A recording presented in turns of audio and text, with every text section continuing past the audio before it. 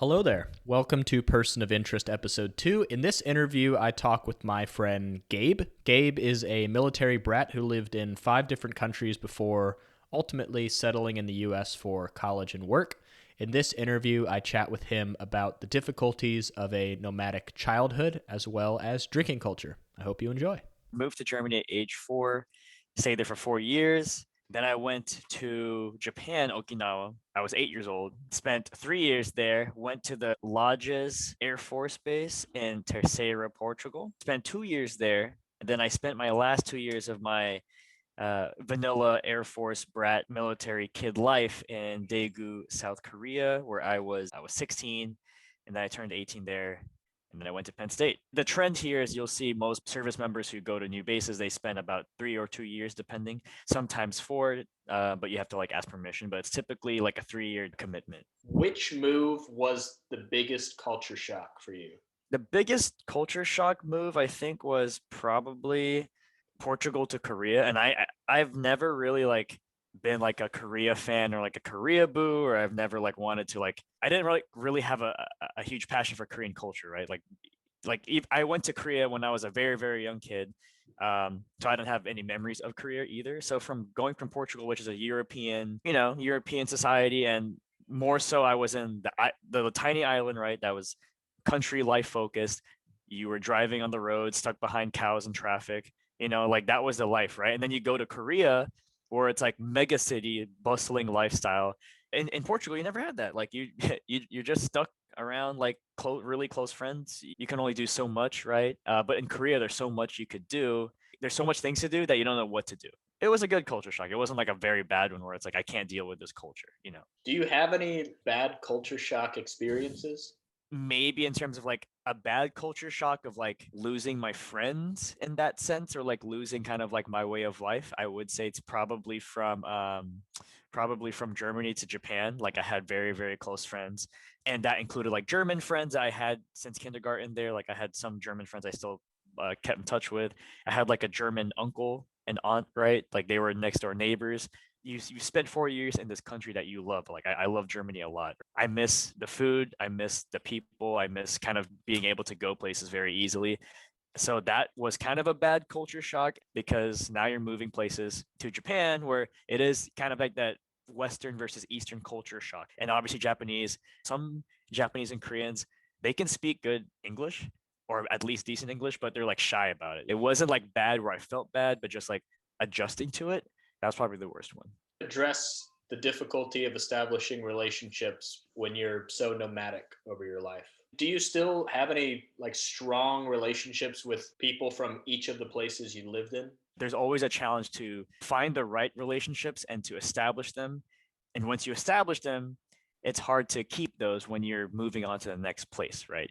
So in my situation, I'm Filipino. I'm a first generation like American for my family. My dad, technically he's American because his dad was born in or worked in Guam, so he's like a naturalized citizen, right? Through that method, but technically I'm the first like country born like American, right, for my family. So for me, we're Filipino. So when we go abroad, whenever we move, typically we're almost always going to have a community because we're like Filipino. So there's a term in the military. It's called the Filipino mafia.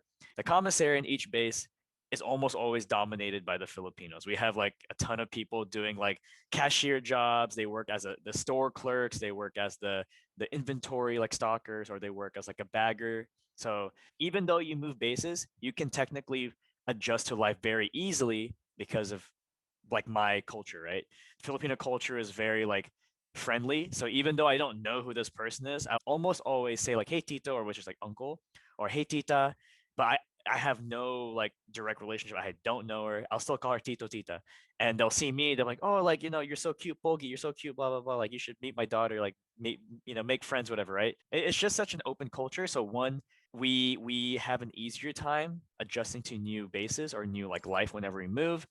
The con is whenever you move places, you have to kind of find the right like group, right? So in Korea, for example, I didn't really have a clique. I was trying to like kind of like poke around. Technically the Filipino group was there, and I was friends with them, but I was more friends with like the gamer Korean kids who also like to like play soccer, right? So we were like I didn't really like want to choose a clique, right? And then kind of the third challenge of adapting to like new bases is, I guess, like the actual culture itself. Like do you as a person really like Portuguese culture? Do you like the food that they have, right? I use Portugal as an example because I didn't really like 100% like what their culture. Like I appreciate it, but I don't really like, I don't vibe with it. I don't really like love it from the bottom of my heart, but I can appreciate like Portuguese culture. I do, right? When I asked you like where you would want to stay, anything longer than a week was Germany, and anything a week or less was Portugal. Does that mean like you couldn't imagine being in Portugal long term? It's only good in little short bursts. So the Portuguese culture is okay, it's good, but then imagine like a subset culture that's specific to that island, and you're stuck there, right? While I made very, very good friends, like some of the closest friends in my life, and they're still with me to this day, I can't imagine living in that country. I just can't. I've had foreigner friends who go to the States, and I asked them, "What do you think about the States?" Right?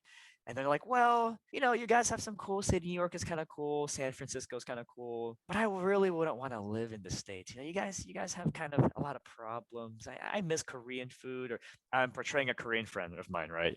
They can appreciate the American culture, but they just can't imagine living there because their own personal values or their interests is different, right? So that's kind of the same thing for me. I don't really want to be stuck in traffic in an island behind a bunch of cows. I would like to be in a place like a city, perhaps, or maybe like a mixture where I could do a lot of things. Maybe that part also played a factor, is the country itself is kind of trying to improve and there's not a lot of things to do versus like, Korea, mega economic powerhouse, Germany, a lot of things to do, right? So that's how I kind of like viewed Portugal. I think just my experience in the island just ruined it, honestly. To appreciate and love the culture. One thing you keep alluding to is like drinking, going to bars, quote, shwasted. Do you think growing up in these other countries has changed your view about drinking and drinking culture that's probably different from an American perspective? Yeah. And I could provide perspectives for like the Western side of things, like, Europe, and then Asia, right? So Germany has like a drinking age of 16. Italy, I think, is very close to it, either 18 or 17, one of those. The families are used to drinking, right? Especially wine. Most European family friends we've had, they almost always like let their kids drink wine at the table when they're like 14, 15. What one little tiny cup, right? Not a big, huge glass, right? You can open carry, open drink in places, right?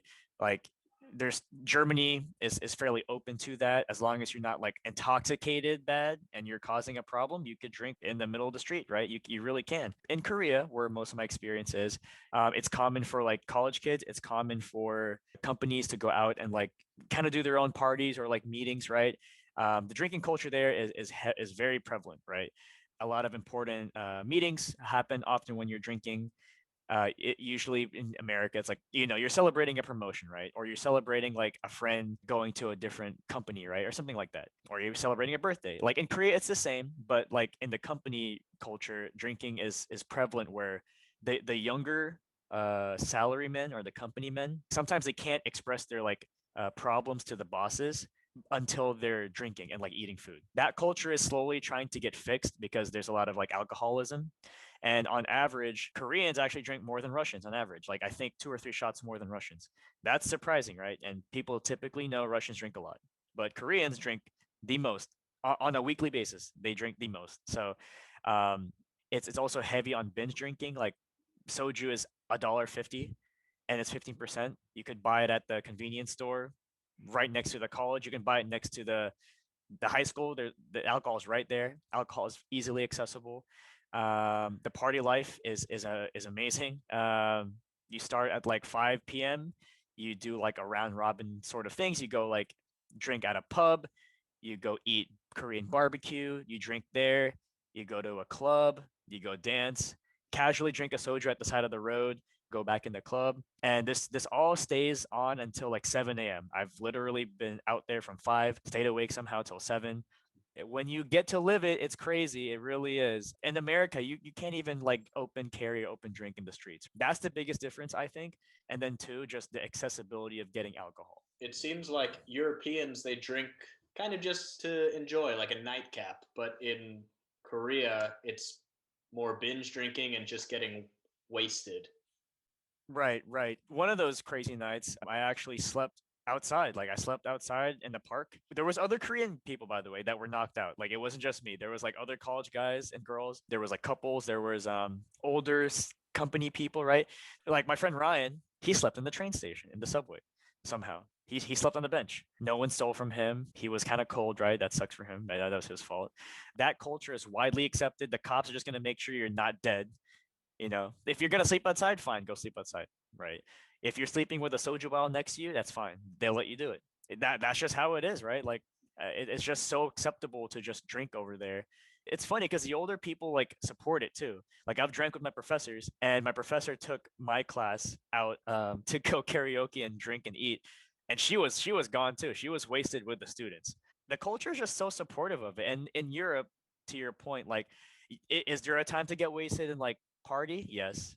But like typically, like from a young age, Europeans know how to respect alcohol. I would like to see that more often in America because what happens when kids go to college? They get exposed to alcohol. Maybe their parents never even thought about giving their kid a beer or a little sip of wine, right? Right. But imagine if Americans as a whole respected alcohol like Europeans do. Overall, society might be different if we were to respect alcohol like we do or like Europeans do. So, One last thing, you're in the Army Reserves. yes, sir. I know your parents are still kind of nomadic, and it seems like since I've known you, they've moved at least once. Do you see your life being nomadic, kind of like your parents, or do you like being in one place for an extended period of time? So right now the Army Reserves, right? Typically you're not gonna move bases like they did because active duty, which with my dad was the bases you're going to be working with for years at a time.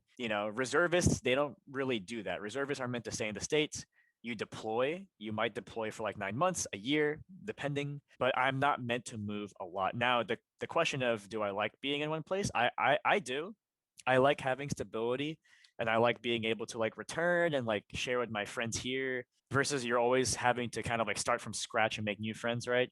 Personally, do I want to move around in the future? I think like when I have more capital and like I have more like experience, I think I do. Like I would like to move around, maybe work in a US company that has an office in like Ireland, right? Or like, Korea or something, trying to expand their like APAC business, something like that. I would love to do that. I wouldn't mind moving around like every 3 to 4 years. I think every year is a little too hectic, right? Um, like for example, I already hate moving in Austin like to different houses like every year. It's kind of a hassle. Maybe the cadence is every like 4 years. That would be best, so I have more like stability in a place versus like 2 or 1 years. Right now, I am perfectly content with kind of being stable. I love Austin. I love Texas. I mean, 3 to 4 years, that sounds almost exactly like what you did in childhood. That sounds like the same pace, basically. Yeah, which is it's kind of weird that like that's stuck in like my personality, I guess. It's just like 3 to 4 years is that sweet spot. The reason why I say 3 to 4 years, you could be there long enough to kind of actually enjoy the culture, learn about it, make good friends. I personally want to experience a lot of things fast while I'm young. Thanks for reshooting. I appreciate it and for going into more detail on that. It's a pleasure always chatting with a good friend. Thanks, man. Appreciate All that. right, take care, man. Stay safe.